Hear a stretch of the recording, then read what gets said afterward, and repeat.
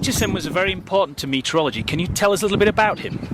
Well, Richardson studied physics at Cambridge in the 1900s, and then he applied mathematics to calculating very difficult questions that had not been calculated before: water in the ground, stresses in dams. And then Napier Shaw suggested he came to Eskdale Muir in southern Scotland, to the Met Office there, and he began to start working out how you might be able to calculate the weather all across Europe through equations and taking data into account. He worked on this, but he then worked in the First World War. It was a strange business. He left science to go and work as an ambulance driver during the First World War. And during this time he kept working away on this idea of calculating weather. And he lost some of the manuscripts, and then they were found again. Finally the book was published in 1922. But everybody rather laughed at the book because this was an extraordinary idea of calculating the weather. The calculations he did were not very accurate, and it would have required about 65,000 people to have worked out the weather in 3 days' time. So it wouldn't be very good for tomorrow's weather forecast. You told a little bit about Richardson the scientist. What about Richardson the man? Well, he was my great uncle. He married my grandfather's sister, and I stayed with him when I was a boy, aged 11 or 12 in Scotland. And he was a man who believed in mixing all the scientific methods of calculations and observation and experiments in the laboratory. So one of the things he did for painting his house, he would take lots of samples of paint and then bring them home and pour acid into them, and there were tremendous smells and gas all through the house. And he said, that's the one we're going to choose rather than that one, which greatly impressed me as a boy, to take an experimental method of shopping. If you had to pick out just a few examples, what would be the things you'd choose to show the biggest impacts that he had on meteorology? Well, probably the one that people say most often, most days, most everywhere in the world is the Richardson Number, which he studied here, very close to here in Culham, on the airfield in Culham. And he realised, of course, that in the evening the turbulence decays, and in the morning it gets greater again. And so this is a mixture of the shearing motions of the atmosphere combined with the gravitational forces, which are sometimes settling eddy motions, sometimes they are encouraging them. And basically you have a sort of ratio between these two effects, the gravitational and the shearing motions, and that's what he called the Richardson Number. In physics we have these non-dimensional numbers which relate to quantities, but the point about the Richardson Number is both positive and negative.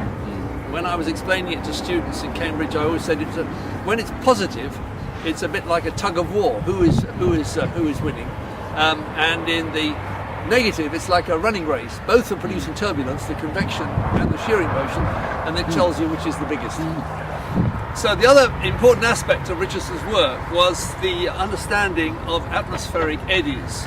And if we look at this power station here, where there is steam coming from the cooling towers, you can first of all see the eddy motions on one side, the size of the tower, then they get bigger and bigger as you go further away. And Richardson realised that the way eddies develop and grow, and they spread the material like steam in this case, is similar even on the scales of volcanoes or down to the scale of dandelion particle spreading.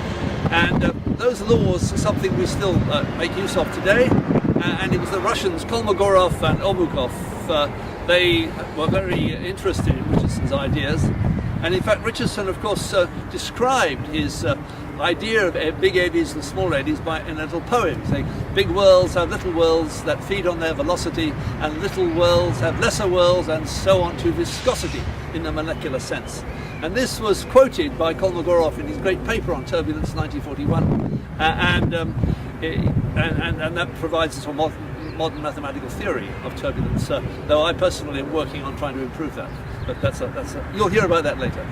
Can you give us any modern day examples of how the work of Richardson was important? Well, just in the last couple of years we had the volcanoes in Iceland, and it was very interesting there, the way in which the spreading of the dust from the volcanoes was extremely important for disrupting aircraft traffic. And the Met Office has a model, the NAME model, that as it were calculates how this disperses, and in their model they are reflecting many of the ideas of of Richardson. In a more subtle area is right deep in the ocean. We have big difficulties of understanding how the surface layers of the ocean connect with the lower layers. So we have turbulence connecting with waves, and the key parameter for all of that is the Richardson number. Did Richardson's work have any wider implications on society other than through meteorology? Well, Richardson himself was a Quaker and a pacifist, and that's why in the First World War he didn't want to work on meteorology, and that's why he went to work as an ambulance driver. But from his studies of mathematics and eddying and so on, he began to study how countries go to war, and how there may be methods of having peace between countries, and how as nations break up into smaller groups there can be more conflicts or less conflicts. So he had a big impact on the whole study, the sort of scientific study of conflict. Also, his mathematics not only was to do with calculating, but because he went from meteorology into conflict, he then studied the very wiggly coastline, or the very wiggly frontiers between countries. And this was useful for peace studies, but it's now useful back into meteorology. So sometimes by applying a science in one area, taking it to another area, learning from that area, you can bring it back again to your own area. And Richardson exemplified that idea brilliantly. So we're about to start our giant human-computer experiment. Could you tell us a little bit about how that relates to some of the issues of turbulence that you've just been talking about? Well, one of the big sort of almost revolutions in science came about from the study of meteorology by Lorentz in the United States, who realized in fact that quite small changes in the weather in one part could have a big effect in other areas.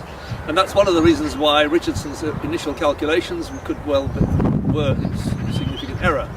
So now we're realizing that you need to have lots and lots of calculations, lots and lots of computers, or indeed many people running computer calculations or even hand calculations, in order to understand the different ways in which the weather can emerge.